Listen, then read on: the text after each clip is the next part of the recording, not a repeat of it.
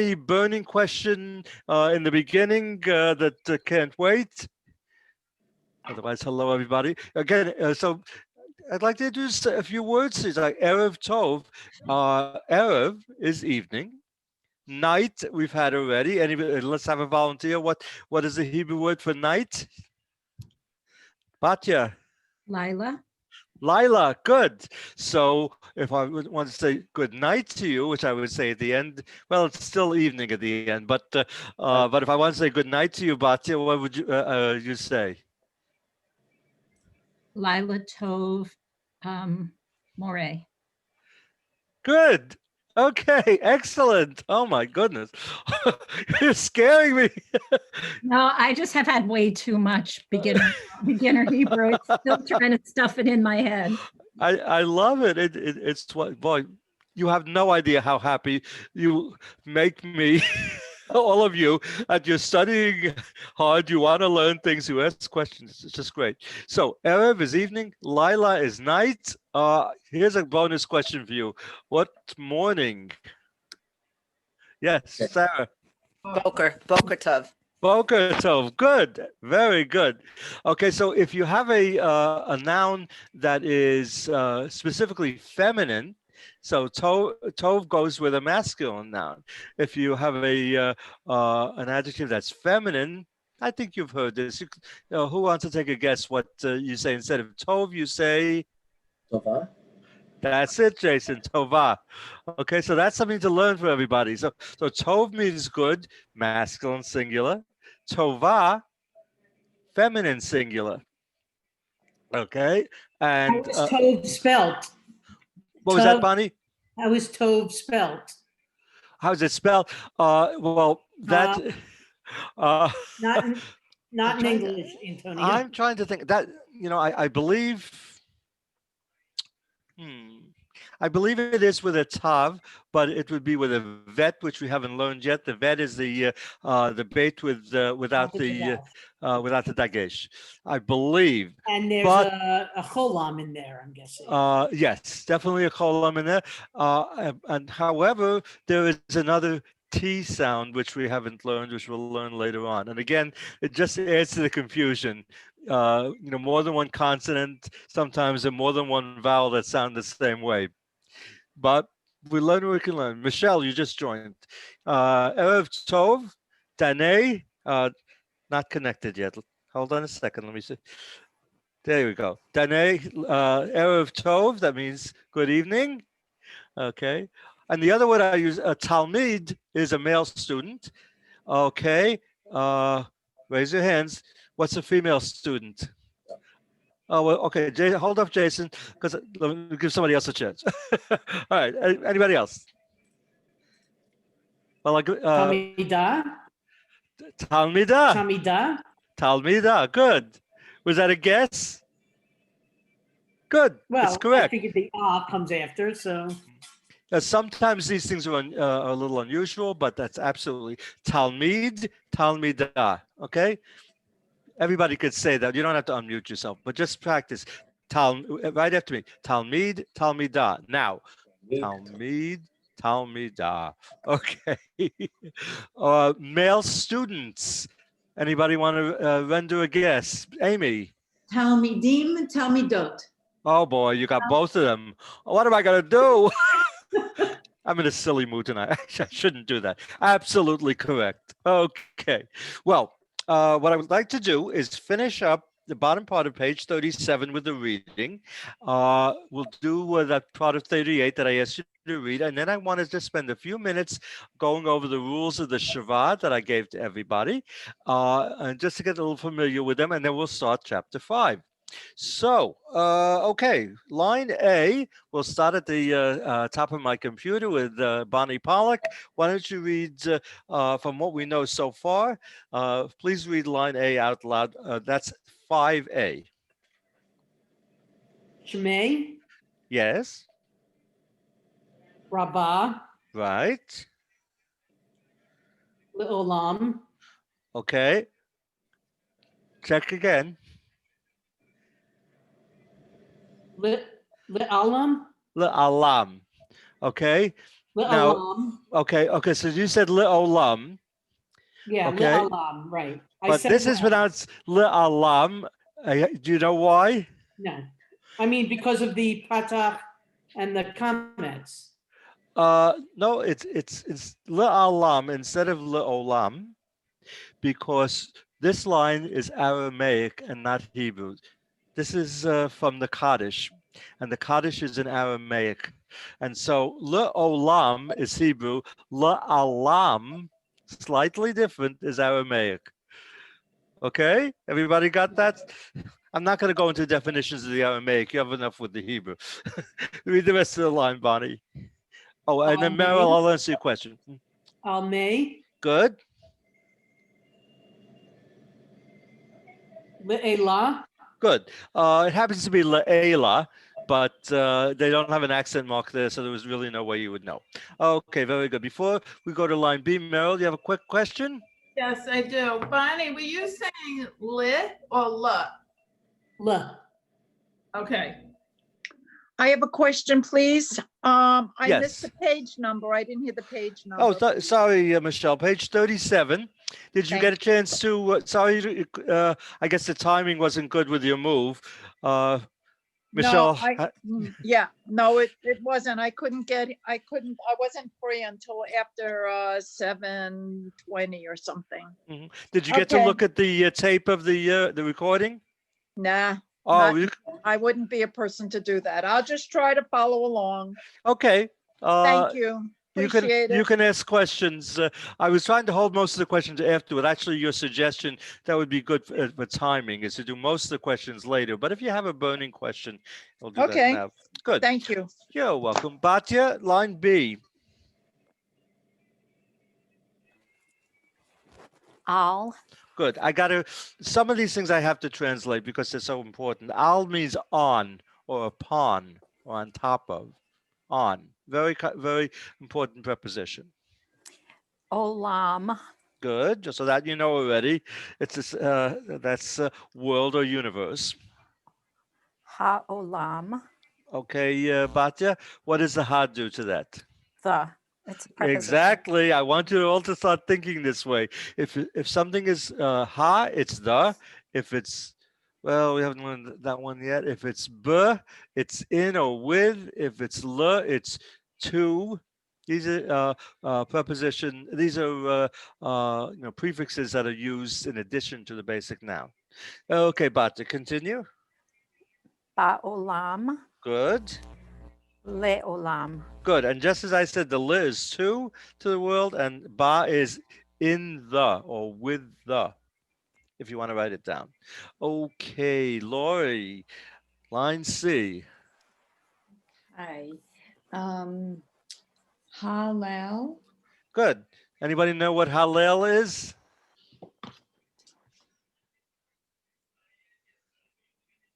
No? It's a collection of prayers, of blessings from the Psalms that are psalms of praise. Hallel is basically praise. So on Yom Tov, you do selections from Hallel. Okay. Bonnie's asking, what is le prefix? Le is to. Mhm. I think that it could be another one. I'm not thinking yet. Most often it's two, but it depends on context. Two. Okay, good. Okay, so Hallel, that's a praise over there. Next one. Okay. Hallel. Good. So that means The songs of praise. yes, exactly the praises sort of. Yeah. Okay. Lo Right. To the praises. Okay. Ha lay lot. Okay, totally different noun. Lloyd, do you know what Hallelot? Is it like the nights or something? It's exactly the nights. You got it. See, I want to point these things out. Maybe you'll actually, you pick some of these unusual Totally. things up. Yeah. The nights, exactly. Okay. and Leot. Good. Okay. Right. So we'll go to Meryl. Line D. Okay. Ashraim. Just say it again, Meryl. Ashrei. Ashrei. Good. So Ashrei is from the Psalms. And it's used a lot, and it's the first word of that psalm, which means happy are those people who do this and that are happy. Ashrei, Ashrei, Yoshvei Vetecha, Ode Hallelujah Selah. That's the first line of Ashrei. Okay, good. Continue, Meryl. Borei. That's right. Very important word. That you gotta write down. Borei is creator. Creator. Okay. The blessing on the wine. If you have wine at any time during the year, the standard beginning, Baruch Atah Adonai Eloheinu melech haolam, borei peri hagafen. Who creates? Who creates? Borei creates. Okay, good. Next one. Bain. Bain. Well, you have all these important words, Meryl. I got to define each one. Bain is one of those homonyms. If there's no, well, you haven't learned the yud yet. So if it doesn't have a tzera malay, just as a regular tzera, it means sun, S-O-N, sun. But that yud in there makes it a tzera malay, and it changes the meaning totally. And it means between. But it's a word that's used often, so we got to write that down to learn that. Between.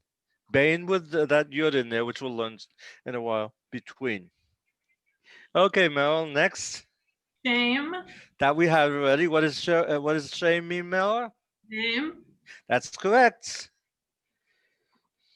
Shemo. Good. What does that mean? Do you know? I forgot.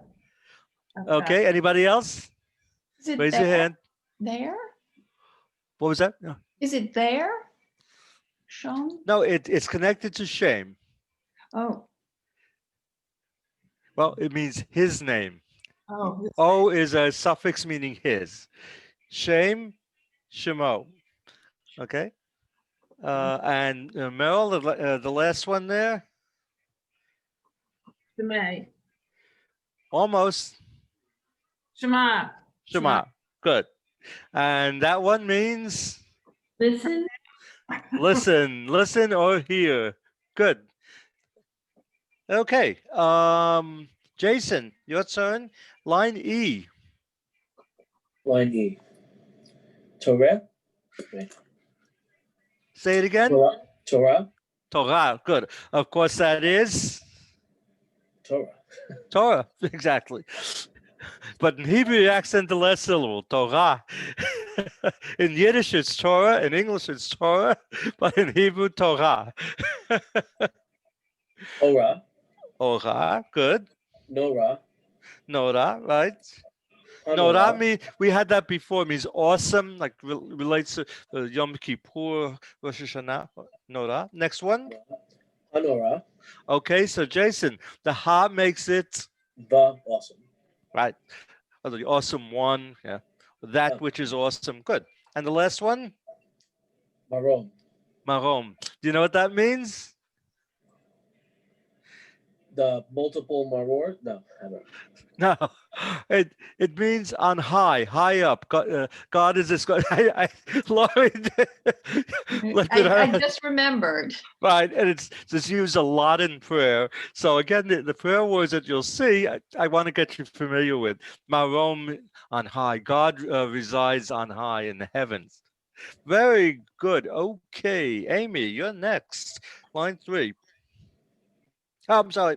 Not three. Line F. Sorry. My finger didn't move. Shel, Shomrei, Shamor, Sheshet. Okay, so that happens to be Mil El, Sheshet. Sheshet. No way you would know. What? Sheshet, Shoshanat. Good. Oh, excellent reading. Well, let me define some of these. The first one, very important. It's just a preposition. It means of. Okay. Shomrei. So we had that verb before. So here I'm going to ask for a volunteer. Anybody want to guess what shomrei means?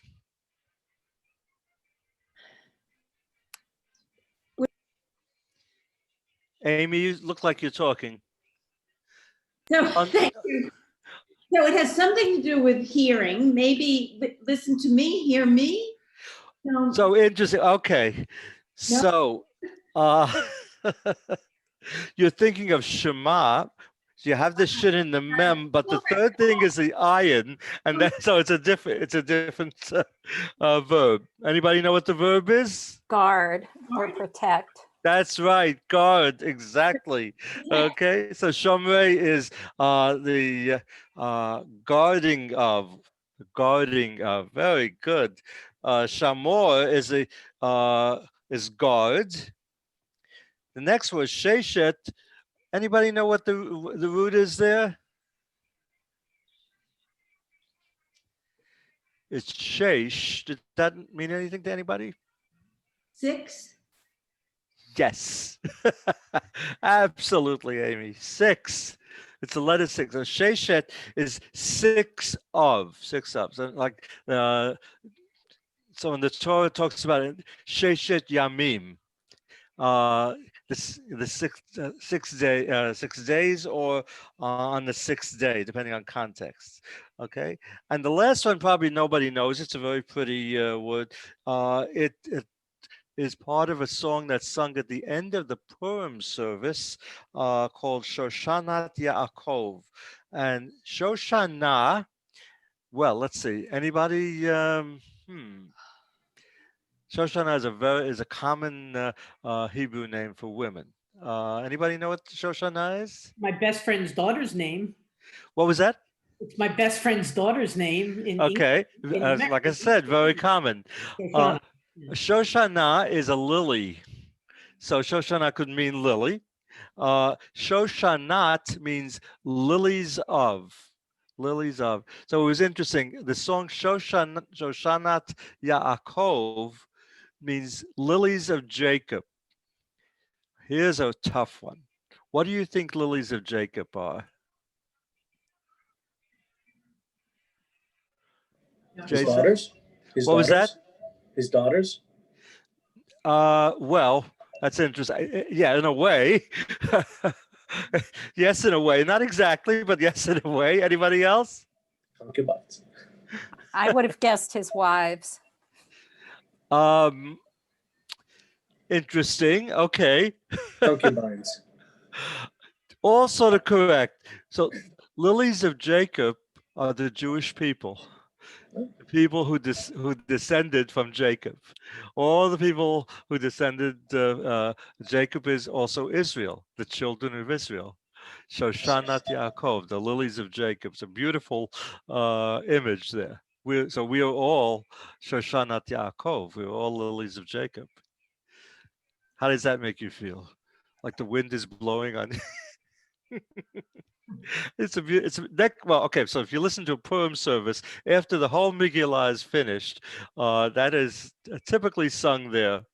And think about me in March. Okay, next, G, let's see, it was Amy, right? So we're up to Sarah.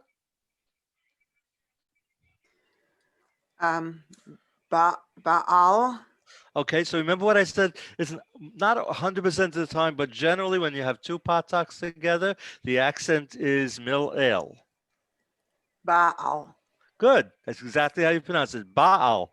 Baal is a master of anything. So a cantorial soloist who is not a cantor by official training, but someone who sings well enough to lead the congregation in prayer is called a Baal Tefillah. If it's a woman, it's a Baalat Tefillah. Okay, Baalot Tefillah, more than one woman leading in prayer. Okay, if it's men or mixture, ba'alei tefillah. Just giving you a few words to, but it's a very common word. Baal meaning master. Baal Kore is someone who is the master of the reading of the Torah. Okay, good. Sarah, next word. Lama'an. Same rule, two patachs. Okay. Hard one to pronounce. Lama'an. Good. Okay, just make sure this far is a little soft. Lema'an.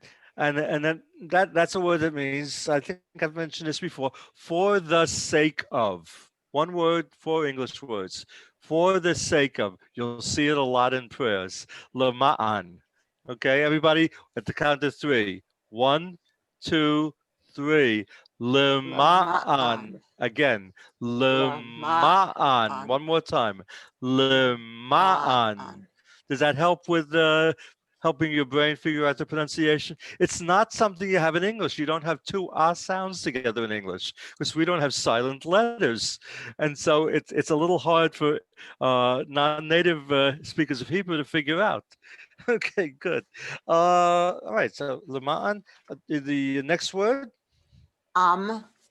that's we've done before. Anybody remember what is? Sarah, you get the first chance. No. Anybody else? People? Yes, as a group of people, like an ethnic group or a national group. Am Yisrael, the Jewish people. Good. Am is a people. Okay. Next. Amo. Right. Amen. That's just what it sounds like. Amen is the a response to somebody else's prayer. Okay. It comes from the word emunah, which is believe. So by you saying Amen, you're saying I believe what you just said in your prayer. It's a response to other people's prayers. Next word. Okay. I was just going to say do that mil ale. Ha'ela. Try it again. Ha'ela. That's better. Ha'ela. Ha'ele. I'm sorry. Ha'ele. Good. It takes a while to get used to the mill ale pronunciation. Okay, good. Let's go on to the next page. And we have to turn the page here. Okay, so this is a little additional stuff. This actually is from much later on in Jewish history. Gematria. Before we read this, it's sort of a word play with numbers, numbers with certain letters, certain words with certain letters have a numerical assigned number, and the most common form of this is the word chai, which means lives, like Am Yisrael Chai, L'chaim. And so Chai is 18. And so 18 has become a sacred number in Judaism because it's life. So when you say L'chaim, you say to life, but the number 18 is the gematria of that. And so this came from the work of the mystic Jews who lived in or mostly resettled back in the land of Israel from the 1200s to about 1500. Jews had moved back there even before the expulsion from Spain, and they worked on this. They came up with a work called the Zohar. This is similar to, to what the Jewish mysticism that was talked about at the time. Much later than the Torah, than the Tanakh, than the Talmud, even. And so they're introducing this over here.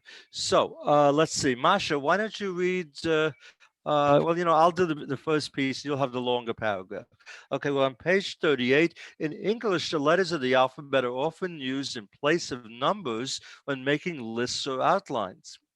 A indicates the first item represents number 1, B represents 2, and so forth. Similarly, in Hebrew, the letters of the alphabet are also used as numbers. Okay, Masha, begin the next paragraph in the system. In the system of Hebrew numerology known as gematria, each letter of the Hebrew alphabet has a corresponding numerical value. There are various ways to establish this correspondence. In the most common system, the first 10 letters of the alphabet have the numerical values of 1 through 10. The next 9 letters have the values of 20 through 100, and the remaining 3 letters have the values of 200, 300, and 400, respectively. Every Hebrew word, therefore, has a numerical value that can be obtained by adding up the values of the individual letters in the word. Words with equivalent numerical values are thought to have some hidden significant connection, and thus gematria has been used as a means for discovering secret or esoteric meanings in verses of scripture. So once you learn it in Torah and learn it in Tanakh and learn it in Talmud, then you go on to study this kind of mystical stuff, which from the Zohar. A lot of this has been in the last 30 years. This has become very, very popular to study the Zohar, including people who aren't Jewish. I mean, probably the most famous one to study the Zohar is Madonna. Have anybody heard that? Yeah, and but there are a lot of others, some Jewish and a lot who aren't even Jewish. But it's really something you study later. And here's a little tidbit for you. It used to be that you couldn't study this until you were learned enough and turned age 40. That meant you lived significantly long enough and you learned enough that you could go on to this unusual mystical type of learning.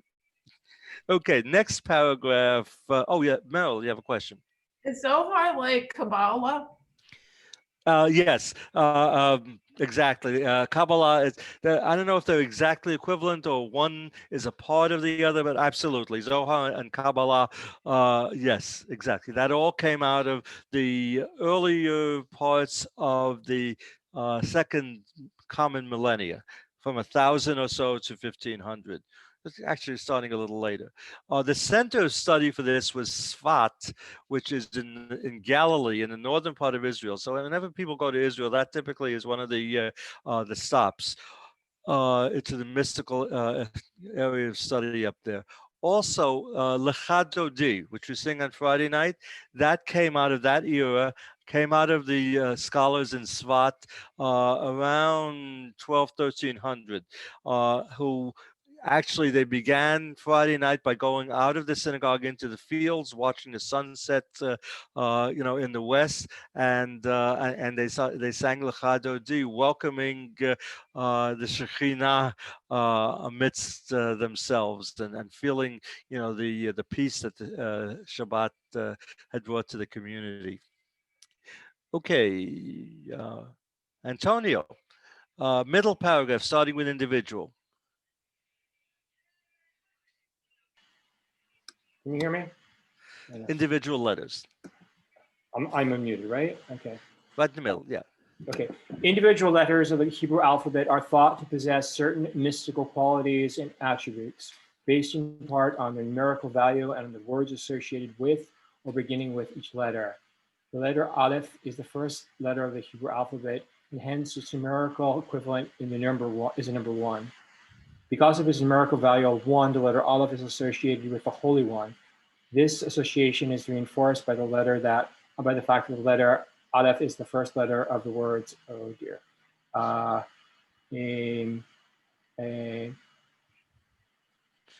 Do we know all the letters? Elohim, Elohim. which means God, and well, you haven't learned Adonai. Adonai, which is also a reference to God. It means my Lord, and you don't know everything there. Chad, which means one. Continue. It is also the first letter of the phrase. So I'll read this because I don't know if you know everything yet. Ehyeh asher ehyeh in English. I will be what I will be, which is the divine name revealed to Moses of the burning bush in Exodus 3:14. And according to tradition, this was passed on when Moses' brother Aharon became the high priest, first high priest of the Israelites. The high priest mentioned the name of God on Yom Kippur only in the sanctuary, late in the morning or early afternoon, and it was only transmitted from him to the next high priest upon his death, and this was lost after the destruction of the temple. So Michelle, read the rest of the page.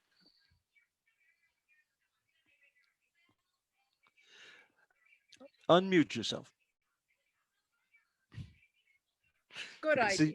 I see your The lips sa- moving, but The sound of the letter Aleph is the sound of silence. Sounds like a song. Some yes. suggest that this is why the letter Aleph is the first letter of the first word of the Ten Commandments. Okay, so I'll read that. Anochi Adonai Elohecha. That's actually a mistake. It's Elohecha. Okay. I am the eternal your God. Exodus 22. The divine revelation at Mount Sinai began with Aleph, with the silent awe that precedes speech. As one midrash describes it, when the Holy One gave the Torah, no bird chirped, no fowl flew, no ox lowed. The sea did not roar, creatures did not speak. The whole world was hushed into breathless silence, and the voice went forth. Okay. And then in English, I'll read the Hebrew. I You- am the eternal your God. Exodus Rabbah 29:9. So that Exodus Rabbah, just in case you're wondering, it's not Exodus. That's from the Talmud. That is a piece of the Talmud that talks about various things in Exodus in the Torah. Okay, and so the phrase is Anochi Adonai Elohecha. Okay, good. Let's take 5 minutes to go over the rules of the Shva. So take out your sheet, okay? And I because we did the Shva in this paragraph and in this chapter, and just before we go to the next one, I just want to go through the rules. Okay. Let's start. Everybody have it in front of them?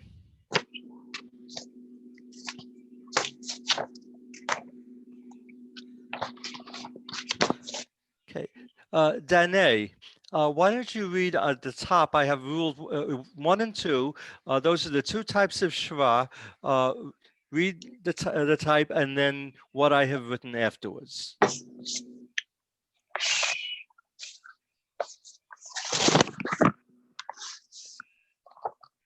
Can I go next? I'm still working to get it up on my computer. Okay, fine. Bonnie, why don't you start 1 and 2? Sure. Shva na is a vocalized shva, usually at the beginning of a syllable. It is pronounced as a soft sound or a soft sound. Exactly. Okay, good. And Batya, why don't you read the second one, the Shva nach? Could I pass? I don't have it up either. I have to. Okay, Lori. Thank you. Sure. Shvanak, a silent shva, usually at the end of a syllable. The shva has no sound. What is pronounced is the sound of the consonant. Good. So does everybody understand this pretty much so far? That the Shvana is a soft and it's generally in the beginning of the word, the beginning of the syllable, and the Shvanach is at the end of the syllable and it's silent. So if the Shvanach is under a shin, so it ends the syllable with the shin. If it's to say a shin with a Shvana, with a Shva at the beginning of the word, then you would pronounce that sh. Okay, then I have various exceptions. I don't expect you to learn the Michelle's getting a kick out of that. Oh, I'm sorry. That's all right. That's what makes class fun, Michelle. I think I missed Oh, the attachment. Did you send this out this past week?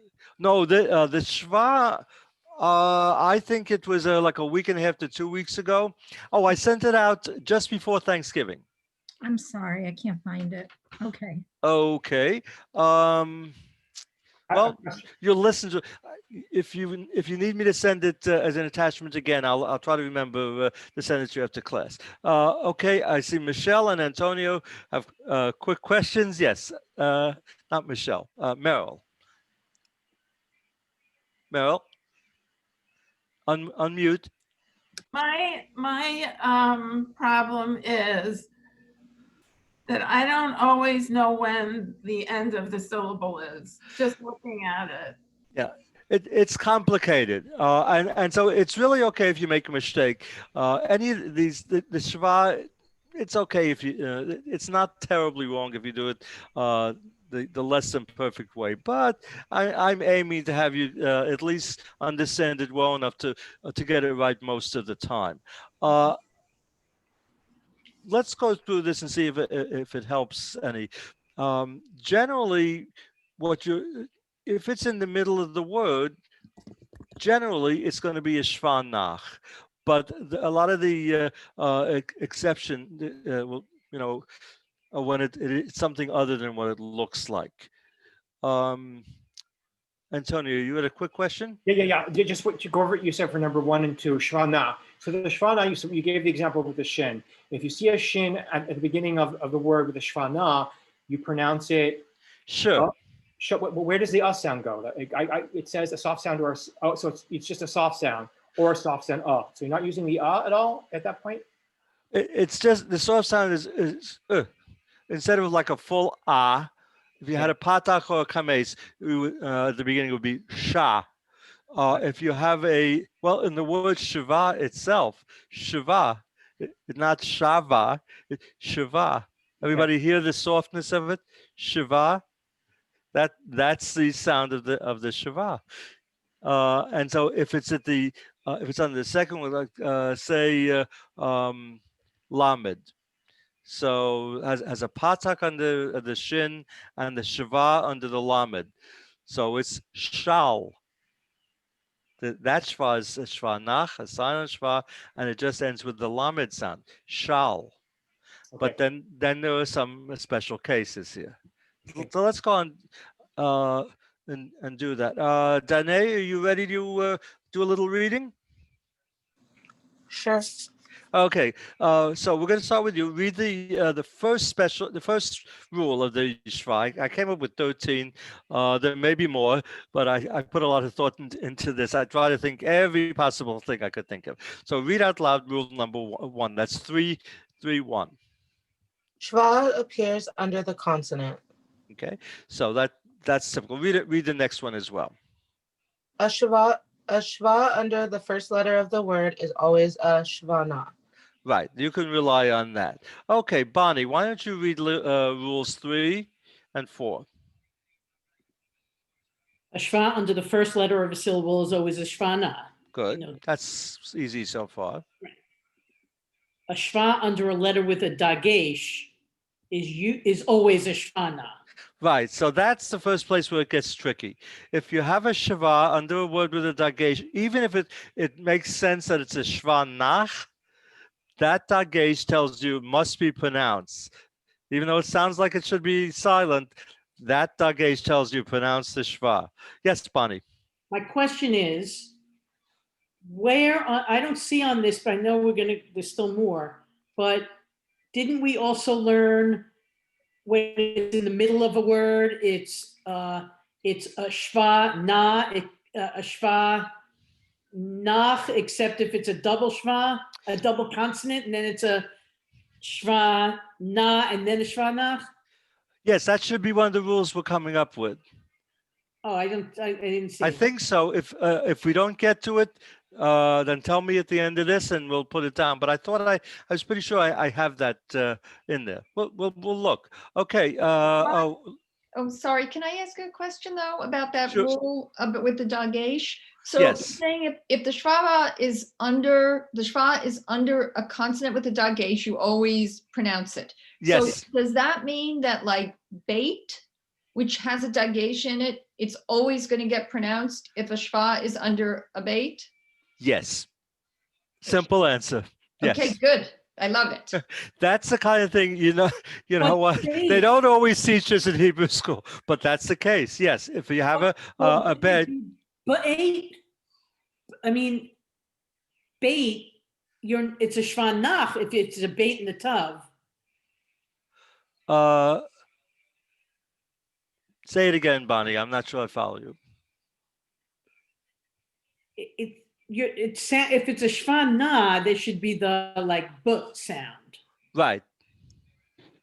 So wouldn't it be bait? Okay, so let's say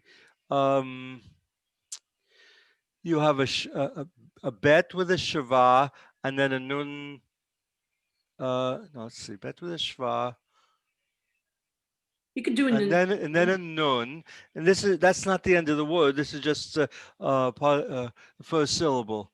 Let's say there's a patach under the nun. Okay, so it would be b na. right. B na. Now, how do you spell bait? Bet. Oh, the word bet. The letter.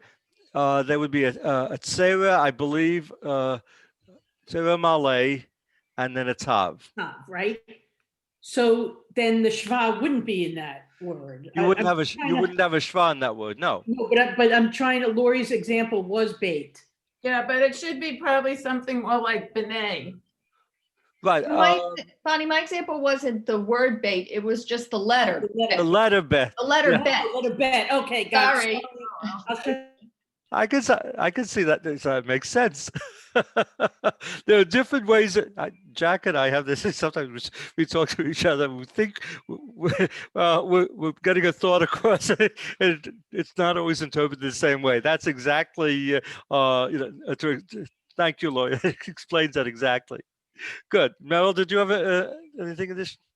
Okay, so let's, Batya, why don't you read, we're up to line 5, line 5? Okay. Yeah.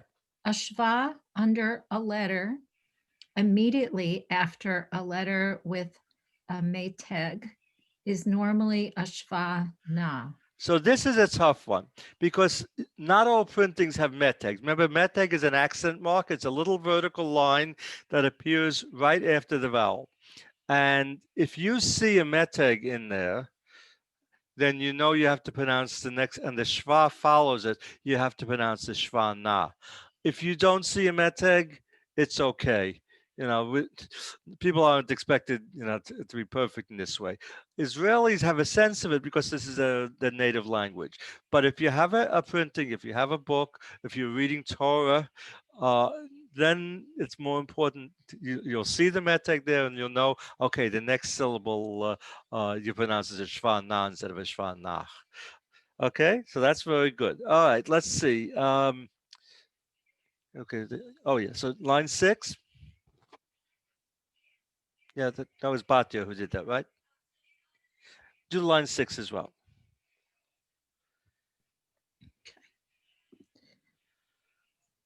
A shva under the last letter of a word is always a shva nach. And you're not going to see that very often. The one word that you will see often is at, which is Alef tav. It means you, feminine. And for some reason, that word has a shva under the tav. So that's always going to be at, not at. Yes, Lori. So the shva is usually underneath the letter, meaning underneath the line, right? Yes, it's right underneath the consonant. Mm-hmm. Okay, but I know this is getting ahead a little bit, but chapter 5 that we're about to go to with the Kaf Sophie with that big giant letter. Okay, well, hold on. Okay. Hold off that question. Okay, well, I'll give you a very quick answer now. The Chaf Sofit has to have either a shva there, which means that's a shva nach, a final ch, a word that ends like baruch, okay, or it could have a kametz there. It has to have one of those two, okay. So it's one or the other. And if it's a kametz, it ends in cha. But if it's a shva there, it ends in ch. Okay? And we'll get back to that later on. Okay. Okay, Lori. So keep your mic open. Why don't you read line 7? 7. Okay, a shva under the last letter of a syllable is usually shva nak. So. So that often happens when it's in the middle of a word and then it ends the syllable that's like from exactly. So this is the thing that sometimes is complicated to figure out and sometimes takes time. And let me tell you, I take time myself with complicated Hebrew words. I can't just rattle them off unless I know the word itself. So if I'm familiar with the prayer, then that's okay. And otherwise, I have to look at it and figure it out myself. So don't worry about the fact that if you're slow or you find it difficult, you'll be okay. Yes, Bonnie. So why can't 7 instead say, because in 6 we've covered the last letter of the word. Mm-hmm. Why can't 7 instead say a shva in the middle of a word is usually a shvana? Well, Instead of saying the last letter of a syllable, which I think is a little confusing. okay, that's just the way I wrote it. And this might not be the best No, way written up. Would that be correct if I wanted to learn it that way? That It definitely, if it's the last letter of the word, it's going to be a shvanach. But no, also, but if you substitute 7 to say a shva in the middle of the word, it's usually a shvanach. Then we get to the exceptions, which are the double consonant. yes, I would say that's fine. Okay. I guess that was just another way of putting it. Okay. Yeah, I'm thinking about it, and yeah, I think that's exactly. We have the same idea there. Yeah. Okay, Meryl, why don't you read line 8? Okay. In a word with a strong prefix, such as, is that the sharuk? That's a shiruk. We haven't learned that yet. I thought Meryl worked with me during the summer, so she knows that it's a shiruk. We will be learning that soon. Yes. Okay, or the ba, Right. or the, is that a kaf sofi? No. The next one is a lamed. Oh, that's a lamed. Okay. La or ka. Right. The letter, it's cut off. The Oh, I'm letter, sorry. The letter with. the letter with a shava is still pronounced as a shava na. Good. So this is an important point because these are prefixes, and what it's saying is you have the basic word. If you have a prefix that you put in front of it, it's still the same basic word. So if you have, let's see, what's the word? Well, let's say mikor. So that would be a shva under the mem, mikor. Okay. Suppose you have a prefix ba in front of it, ba mikor. It looks like you should make it bamkor, but the word is mikor. The prefix tells you to keep that shva, keep the integrity of the word. If it's mikor, say ba mikor. But how do you know it's a prefix and not just a syllable? You learn that with time. That's what happened. Okay. Most of the time, and we'll learn this.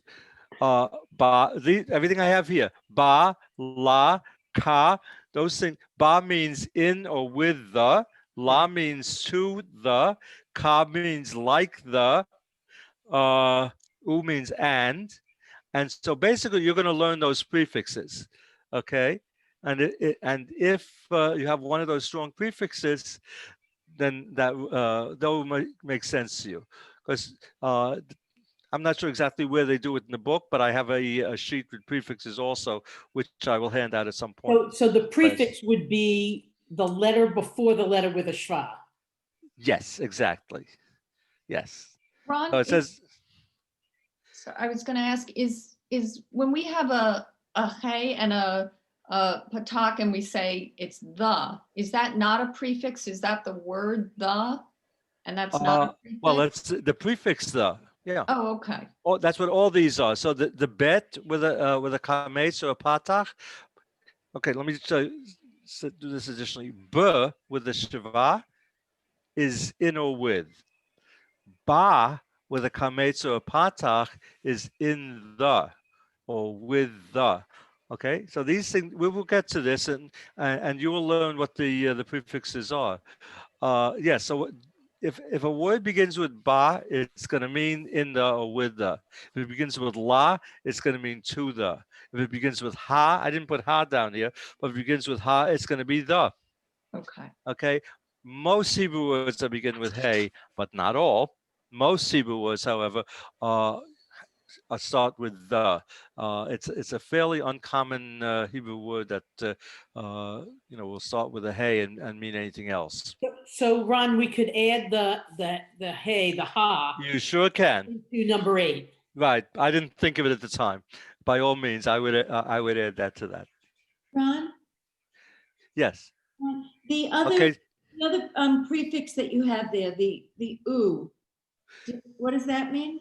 Okay, so we haven't learned that yet. That means and.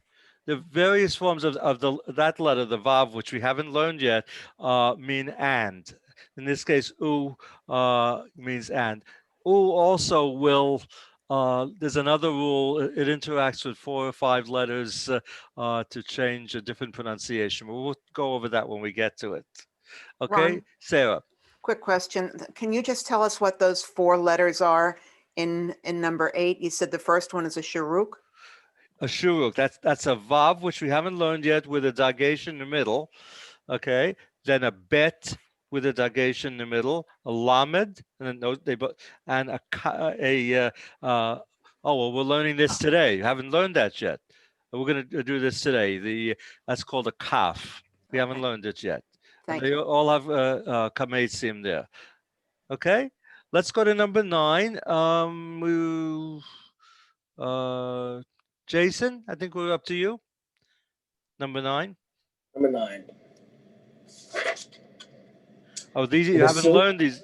Yeah, In a syllable, is that a dalet? that's a vav and then a yud, neither of which you've learned yet. I'm In a sorry. syllable they And it's the same thing. or they or Yeah, they? pronounced the same way. The first one has a patak and the second one has a kametz. So it's vaya, vaya. Vaya. Mhm. So in the syllable vaya or vaya, the shva is always vaya. pronounced as a shvana. Okay, and so it says the shva is always pronounced as a shvana. Vaya, vaya. It looks like that ends the syllable, but it really doesn't. It's in that case it's a shvana. Shvana. Yeah. Vaya. We'll get to that more when we learn those letters. Okay. Amy, line 10. A hey with a shva is always pronounced as a shva na. Right. Okay. Because hey is a weak letter and it could be at the end of the word in silent. So just to tell you, if that's in the middle of the word, it's going to be a shvan na. Okay, line 11. Oh, Sarah, did you have a reading already? I don't have an 11. Mine ends at 10. Yeah, mine ends at 10 also. I have to send another one of these to everybody. Okay, I added these. Okay, sorry, folks. I'll read it. Does anybody have 11? I do. Okay, Meryl. Well, Michelle, why don't you read that? 11. 11. I'll send you all. In all forms of the word to, TWO, the shva under the shin is a shvanach. Right. For some reason, so that's like shtei. You don't say shtei. You say shtei. I'm not sure why, but I thought of that as something important. It's a silent shva. You don't pronounce it under the shin. You combine that and make it shtei. Fairly rare. Shtei or shtayim. Shteim. 12. Who else has? Oh, Meryl, why don't you do 12? Okay. When 2 shvas are together, the first is always silent, shva na, and the second is always a shva na. Good. Okay, Bonnie. Now I see the problem. Bonnie Pollock. You have the original one before I added the 3 lines here. That's why you didn't see it. Very good explanation. I'll send everybody. Thank you. Yeah, I did this in two parts. Again, this actually came out of my teaching Merrill.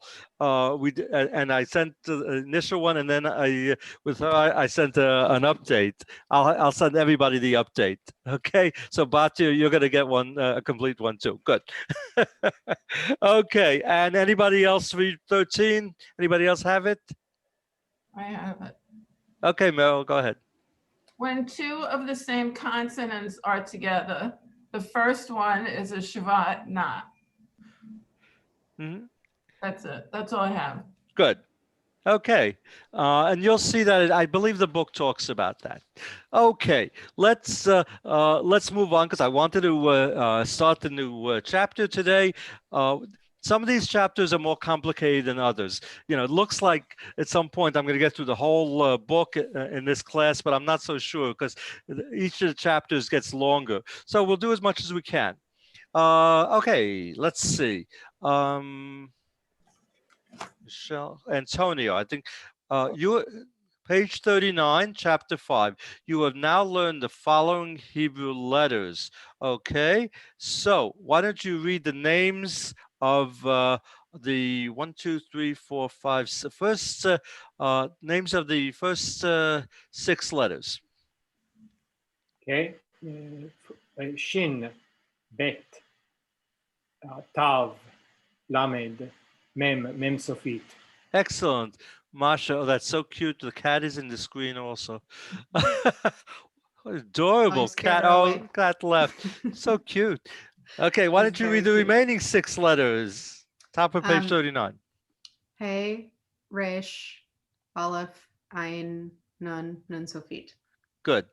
Okay, so Jason appears next. You have learned 8 vowel symbols, and I would like you Except to... I haven't. What was that? I don't have all the vowel names. I'm sorry, you don't have what? All the vowel names. So it would be silly for me to read this one. Okay. Do you have my sheet that I sent you? I do, but Okay. You haven't memorized them. I have not Okay. memorized. All right. Danae, why don't you read the first 4? Tell us the names of the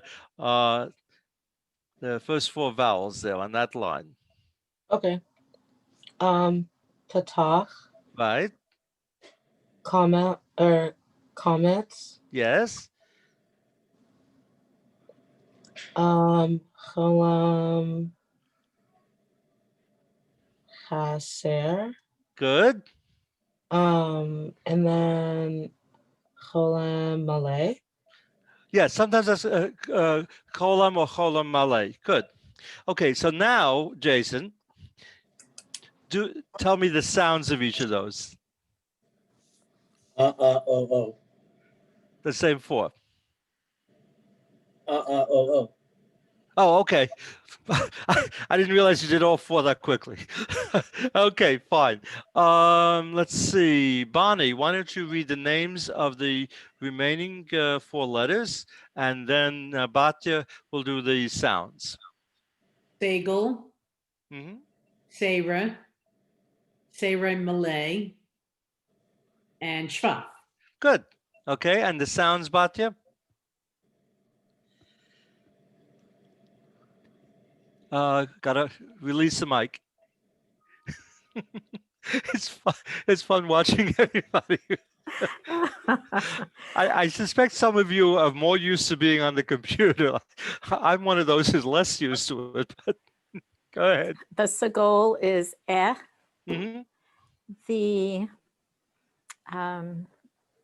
Seire is a. And the next one is a also. And the last one is the Shva.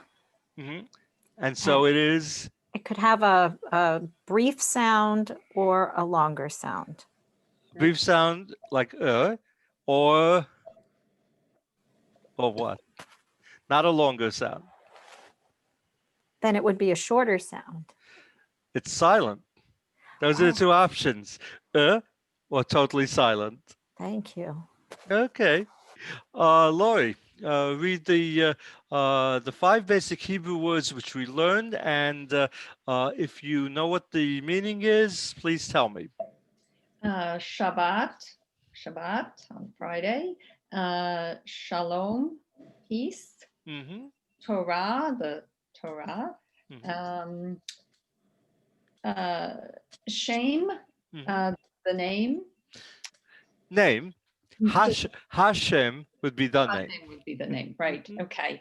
And Shema, hear or listen. Excellent. Okay, so I'm going to read the next piece. So these are, volunteer. Okay, so these are roots, what we've learned so far.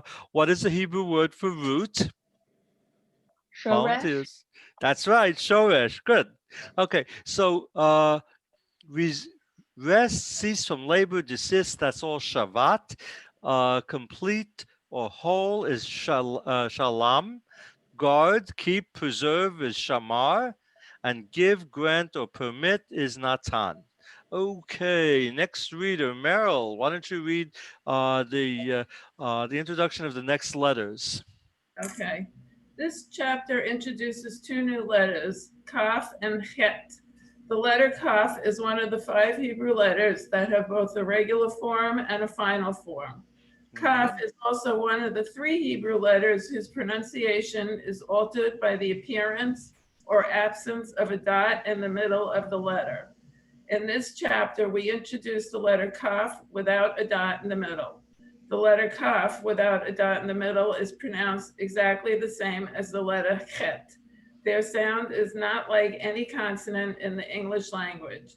It is a guttural sound like the sound of the ch in the name of the German composer Bach. Good. Okay. So most of you have some familiarity with this and have heard that the ch sound, which the German is a little bit different, but fairly much the same. And so the 2 letters, the chaf and the chet, both are guttural sounds. Ch in your throat. Chaf and chet. So I'm going to give you some practice with that. Everybody turn their mics on. And we're going to say that a few times because it's a little bit more complicated. We're not as used to it. Okay, so to count to 3, we're going to do it 3 or 4 times. We're going to do chaf and chet. Ready? 1, 2, 3. Chaf and chet. Again. Chaf and chet. Chaf and chet. Okay, I'm going to call on you to do that. Bonnie. Chaf and het. Good. Batya. Chaf, Het. Good. Lori. Chaf, Het. Good. Meryl. Chaf, Het. Good. Amy. Chaf, Het. Sarah. Chaf, Het. Michelle. Chaf, Het. Good. Antonio. Chaf, Het. Masha. Chaf, Het. Good. Jason. Chaf, Het. And Danae. Chaf, Het. Good. Okay. Excellent. All right. So at the bottom, this gives you a hint here. This letter with the dagesh is called kaf. Without the dagesh, it's chaf. So that's going to be a K sound when we get to it. But right now they're teaching the guttural ch, chaf, as in Bach. The chaf sofit is the final chaf. We have mem sofit and nun sofit. There are 3 more coming. Kaf, so that's chaf sofit. And then the letter chet is also ch. So let me give you just the slightest bit of linguistic history. We believe that in ancient times, there was a slight difference in the pronunciation of the chet, but we don't know. This is just conjecture. From the Mizrahi people, in the Jews who remained in Asia, say in Iraq and Iran and Yemen, and India, all the Asian Jews, maybe the Beta Israel in Ethiopia. It's believed that the sound of the chet also had an H sound there. So instead of just being the chaf being ch, they think maybe it was ch with an H, a combination of an H and a ch. just for interesting information. Okay, nothing you need to worry about. Bonnie and then Sarah. Is the only difference in the Chaf Sofit and the Nun Sofit the length of the horizontal line? Yes, and then in script it's a little different, and we're gonna do that today. So we're gonna learn. We're gonna go from here to the writing. Okay. So yes, in the block printing, it just has the horizontal up there, but the script is a little different. Okay. Yes, Sarah. Just a quick story. A friend of mine asked a waiter in a Chinese restaurant if there were Chinese Jews, and he thought about it for a while, and he said, "No, we have tomato juice and orange juice, but no Chinese juice." That is cute. Okay, I gotta give it my 2 cents here. All right. So I took a genetic DNA test with 23andMe. Anybody do anything like that? Anybody? Yes, Sarah did. Okay. Much to my well, okay. I came out 97.5% Ashkenazi Jewish, which I expected. I thought, who knows, might be even a little less than that. A very interesting combination of other things. But the thing I found most special was the 0.3% Chinese that I am genetically. So I was talking, I retired, we started traveling. I went on a trip to Iceland in the winter, and there were other people on the tour, and there were several people from China, and I thought I'd share that with them. What I found very interesting, these are American citizens now, from China. As soon as I said that, they went into the history of the Chinese Jews.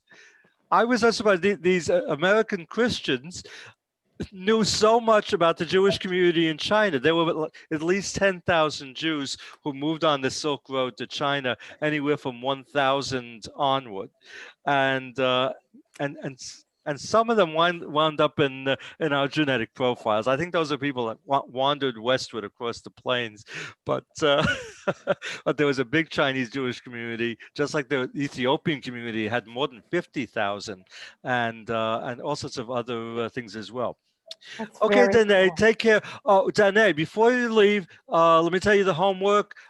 Practice on page. I'm looking for the page. There it is, page 46. This will be for everybody. We're gonna start this now, but write a whole set of the script, and if you want to write the block printing, you can do it also. But page 46, and then just read out loud as much of page 41 as you can for practice. We'll get to do that the next time. Okay, so take care, Danae. Okay, so let's go immediately to page 46. And okay, so the Chaf. Okay, let me just find my scrap paper here. Okay. Here we go. So the first one, the Chaf, you're familiar with the Tav. Okay? Not the Chaf, I'm sorry. The Chet is the first one. So the Chet is basically the Tav without the tail. Okay, so here I'm going to show you.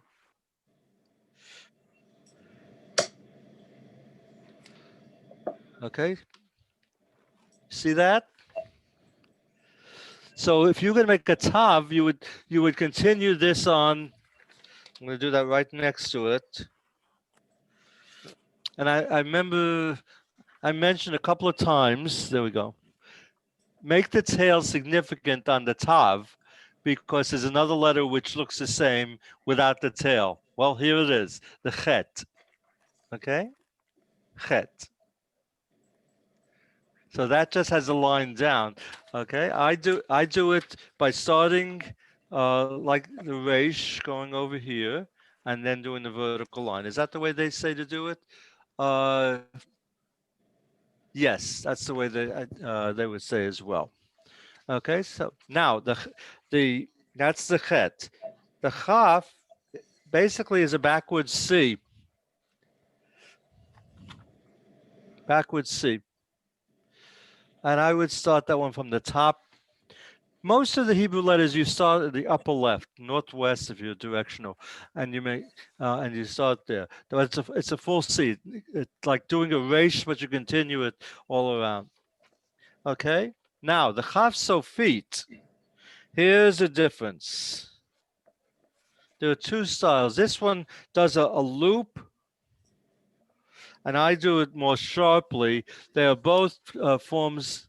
See, the book does the last one there like a loop, and mine is a little bit sharper. It doesn't have the loop. It just goes up. Okay, you start at the top, and then you continue downward. But what you have to do is go below the line. The chaf sofit, just like the nun sofit, goes below the line. Yes. Question. Would you draw it? Would you start it like you're doing a bet and then just go down? Yes, you would do it just like the bet, except you don't have the hump in the bet.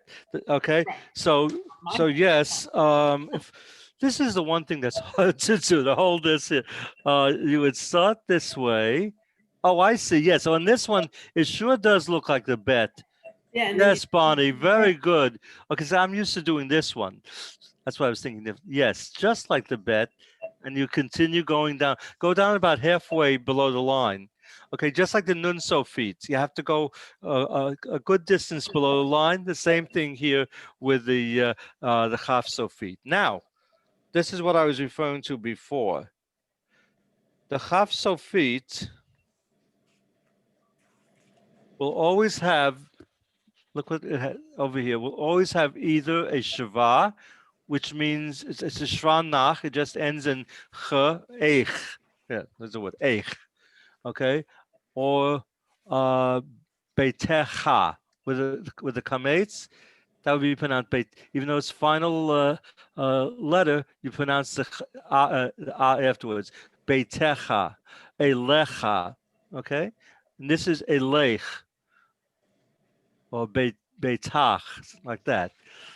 Everybody got that? On the letters that go below the line, the vowel is going to be to the right of to the left of the letter? Yes, it's stylistic, Bonnie. I've seen just to the left, or I've also seen it down here. It depends on the printing. Either one is acceptable. It's a good question. I've seen them both. What frequency doesn't matter, but that's just a matter of style. As long as you put it to the left, but I think I typically do it a little higher, but you'll see it there. Okay, and well, we're not going to talk about this yet because we're almost done. The next one is what Meryl mentioned before, the shuruk. Now they haven't taught the consonant yet. The consonant is going to be a vav, which we will learn about eventually. But in block printing, it has a little horizontal on top, and the script is just the line. Wait, there we are. Okay. The first one is the block printing. The second one is the script. Okay. Oh, and you have to have the dot in it. So this is a dagesh. This is in the middle of the word, not on top, not on bottom. Okay. See that, everybody? So, but not below the line, because what letter is it if it goes below the line? Nun sofit. Nun sofit. Exactly. Okay, so that's going to go again, just like the chaf sofit. That's going to go halfway down. That's the nun sofit. Except the dot's not on the top; it's on the left. Absolutely, Bonnie. It's exactly the same as a cholam. The dot is on the top in the script or in the block printing. Exactly that way.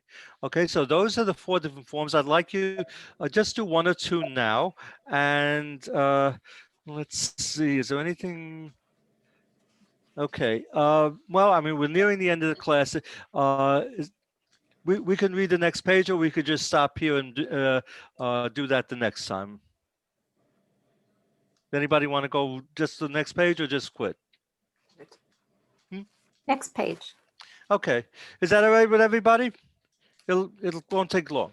Okay, so let's go to page 40. You'll do the writing there, and I want you to do the, read some of the things on page 41. Okay, so let's see. Anybody remember who the last reader was? Well, let's start with Bonnie. Read the top paragraph, some Hebrew.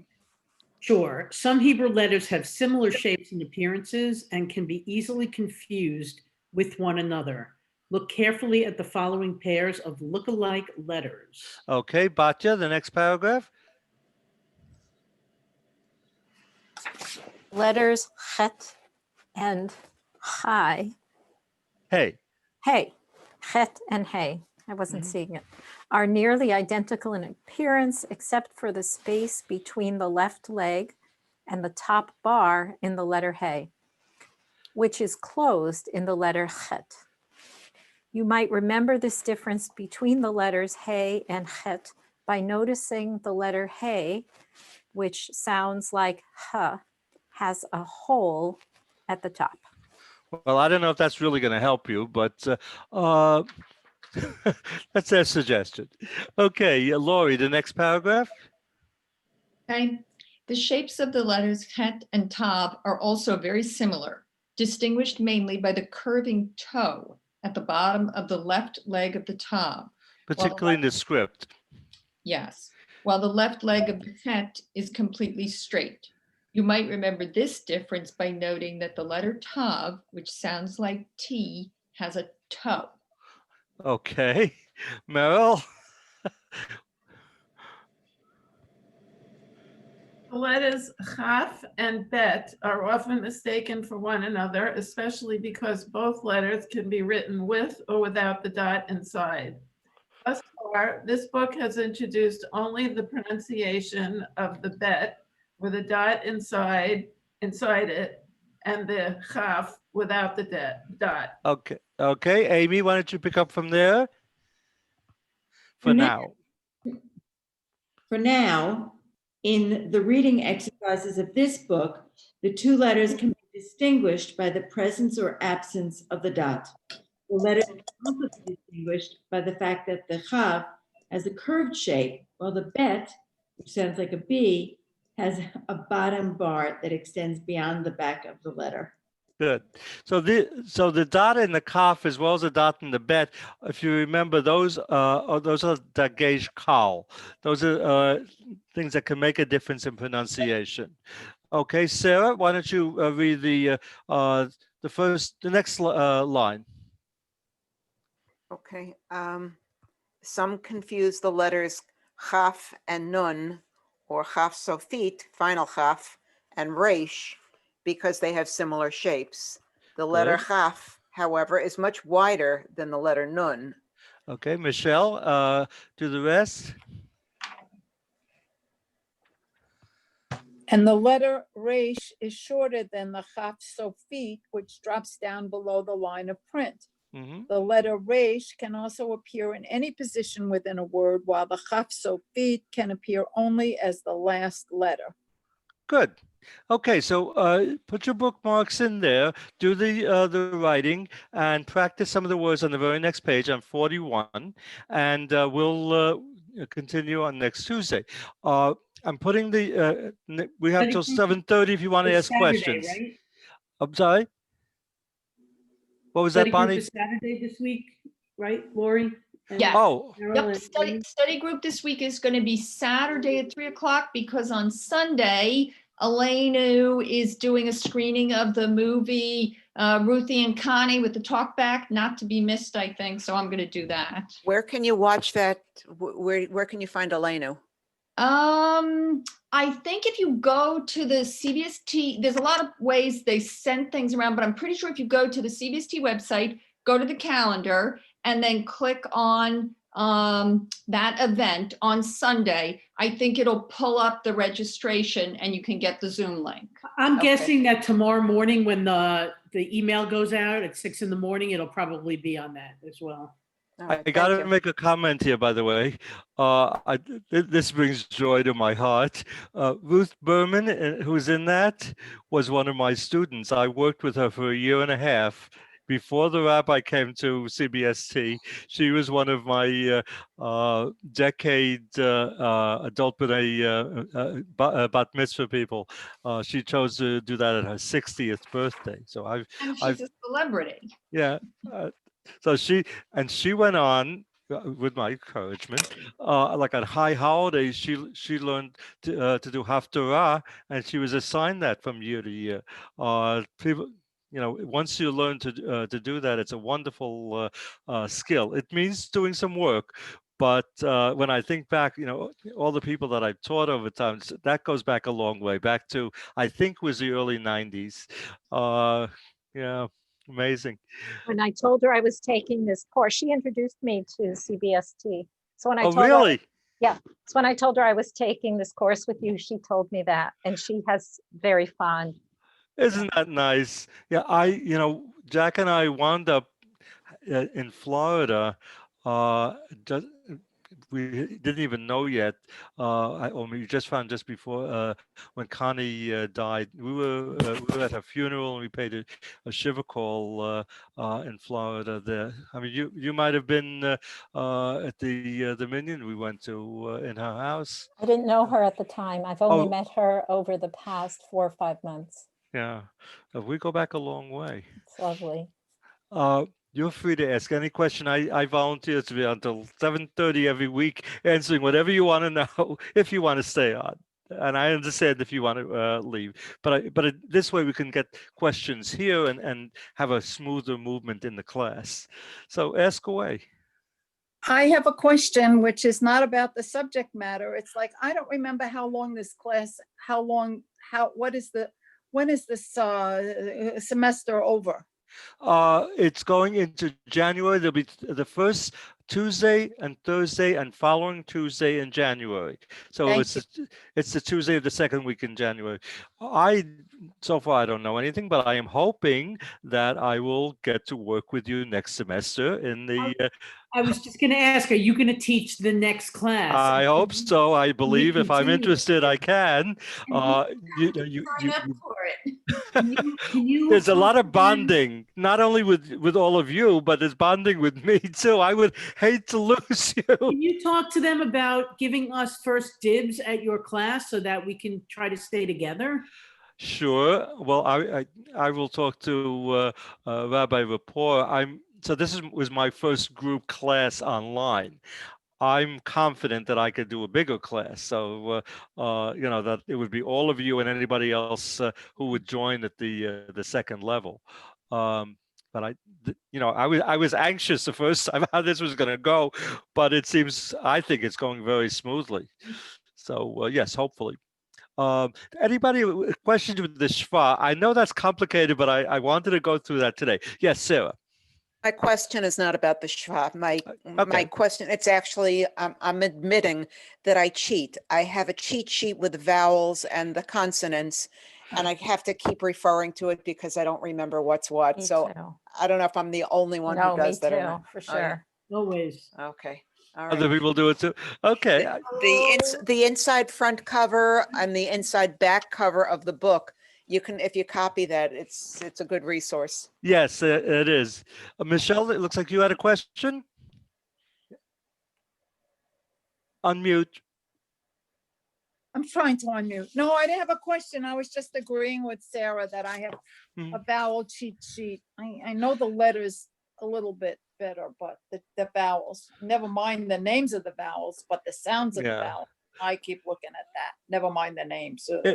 Everybody learns at different rates and in different ways, and that there's no judgment passed on that. You do what you can do, but I'm hoping that people put in time. I know a lot of you put in real time between classes. I can see it. It's obvious that all of you are doing very well. Even if you're getting a little help, it's okay. Meryl, looks like you have a question. I do. Actually, it's a question for the group.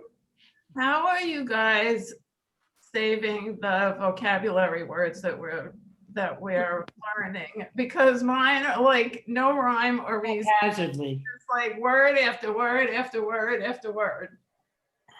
Like, I rewrite them all the time, and sometimes I have them on index cards, so I can't seem to do anything consistent with it because I'm forgetting them so fast. So like, the flashcards are what helps the most. so that's what you're doing, writing flashcards? I've been focusing more on the letters, the vowels, and the grammar than the vocabulary. Everybody's doing things differently. I got into say something. Flashcards, if you're having trouble with either the letters or the vowels, flashcards for just the letters and the vowels are a very good way of doing it. That is heavily used when I teach kids, but it could also be used for adults. Don't feel that this is a child's thing. It could be really helpful to do that. If you have if you even you don't have to do a whole set. If you find you have like 3 or 4 vowels or consonants you're not clear on, just use some cards or cut up some paper and do that and write the name of the letter or the name of the vowel or the sound of the vowel on back of it. What's really good is if you have somebody to practice with. Now, not everybody has somebody living at home to do that with, but if you have somebody who knows Hebrew, that's a good thing. The words, not the consonants and vowels separately, but the actual words that you're giving us, like Hashem, or whatever it is, I know, and it's really good to learn something. Some of the words aren't as important and others are. I think it's really great to write them down in some way. You could also listen to if you've been through the session, you can listen to it afterwards if you have the time, and that's another way to write these things down. You may or may not want all that vocabulary either, but I strongly suggest it. Yes, Lori?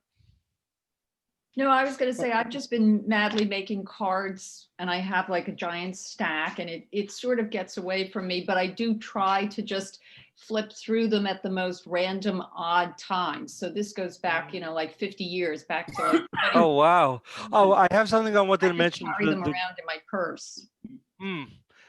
Sure. I mean, if for instance, on transportation or something, where you have some time and you're bored, otherwise you could just look at that. I remember doing my high school homework on the bus years and years and years ago. I wanted to mention, I have a private student who was registered for the class. You may have seen her name, Jill Weinstein, I think. Okay, so I just started this week teaching her privately because she had jury duty and she couldn't start with the class. But I mentioned that you had this study group, and since she was part of the class, I thought I would. She thinks it was a great idea to join, so I wanted to let you know. I hope that's not a problem for anybody. If she indicated sent me an email saying she'd like to be part of that. So I just wanted to officially tell you. But I think it's fantastic that people are studying more on their own. Yes, Antonio. Just back to the Nicodot, the vowel sounds. Does the book name them anywhere? I haven't seen them. They sort of just say the sounds. Yes. Yes, it's in the back. Okay, so open to the very end of the book. The cover sheet opens up. Yes, Meryl. I'm just saying good night. Oh, good night. Is the study group is private or is it public to everybody? It's certainly, I thought it was open to everybody in the class. Yeah, you make the rules with that. I think I thought you were there, Batya, no? I sent a Zoom link around. I can send it to the whole group. I just sent it to whoever said they wanted to come, but I'll do another Zoom link and send it around just to the group so everybody can see it. Thank you. I might. That's lovely. Thank might you. do That's it. very nice. I might. Because Now that you all I'm have your in Florida, ideas, this I is could go helpful. outside. So that's one thing that's amazing this way. So you're from all over. I'm starting next week teaching someone who's in Colorado, whose name came to me just about a week ago, and so I'm going to work with her. And I know Antonio, you're in California, right? I'm on the Upper West Side. Oh, somebody's Otherwise in known as California. California. Adam's in California. Oh, Adam's in Cal. That's why he's not here tonight. Oh, No. he didn't let me know. But yes, But that's yes, what's Bonnie. great about sort of the, COVID that's come out of this is that Oh my goodness. you're doing so many more things by this method, and so many more people can, like, because I wouldn't be able to go to CBST twice a week for this. I wouldn't be able to get there. Do you live So, in Manhattan? no, Oh, where do you live? I live in Long Island. Yes, Long Island is as good as living in Colorado. So, I understand. Well, so I mean, that's why this is really, really good. And I Yeah. hope that it continues on this platform post-COVID, because yeah.